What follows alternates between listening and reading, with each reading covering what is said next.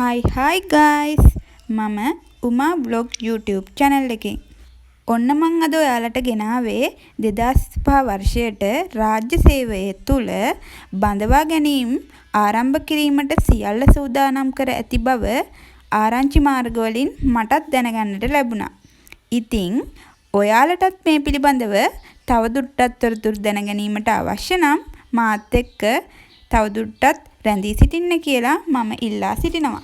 මට දැනගන්න ලැබුණු තොරතුරු වලට අනුව රාජ්‍ය සේවයේ පුරප්පාඩු 6000කට ආසන්න සංඛ්‍යාවක් තිබෙන බව හඳුනා ගැනීමට මට හැකියාවක් ලැබුණා.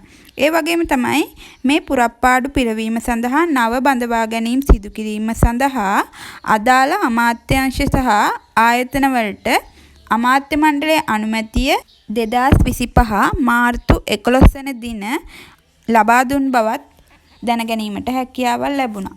ඒ තොරතුරු තමයි මම ඔයාලත් එක්ක දැන් බෙදා ගන්න ආවේ.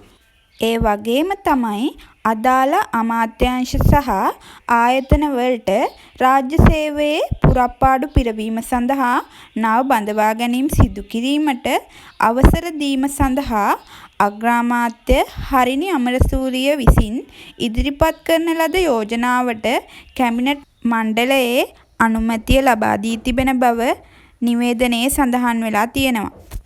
මේ ආරංචිය උපාධිධාරී ඔබට මෙන්ම රැකියා විරහිත උපාධිධාරීන්ටත් සුබ ආරංචියක් කියලා හඳුනා ගන්න පුළුවන්. දැන් අපි බලමු රාජ්‍ය සේවයේ නව බඳවා ගැනීම සිදු කරන රාජ්‍ය ආයතන මොනවද කියලා.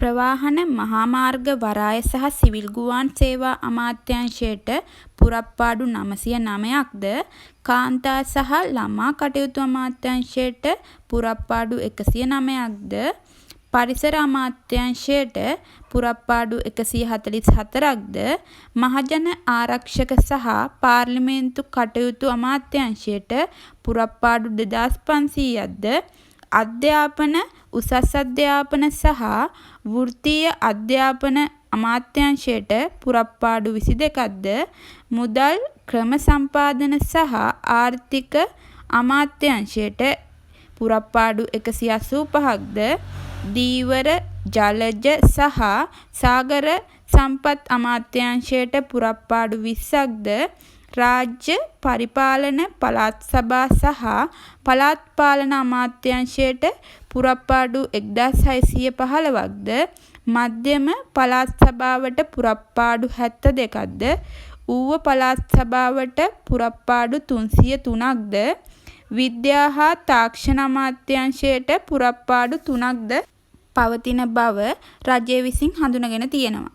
ඒ නිසා තමයි එම් පුරප්පාඩු වලට කඩිනමින් බඳවා ගැනීමට සියල්ල සූදානම් කිරීමට පියවරගෙන තියෙන්නේ. ඉතින් මෙම පුරප්පාඩු සඳහා බඳවා ගැනීම කඩිනමින් ආරම්භ කර විගස ඔබ වෙත තොරතුරු ඉක්මනින් රැගෙන එන්නම්. ඒ වගේම ඔයාලට මේ සම්බන්ධව ගැටලු තියෙනවා නම් කමෙන්ට් එකක් දාන්න. බයි බයි.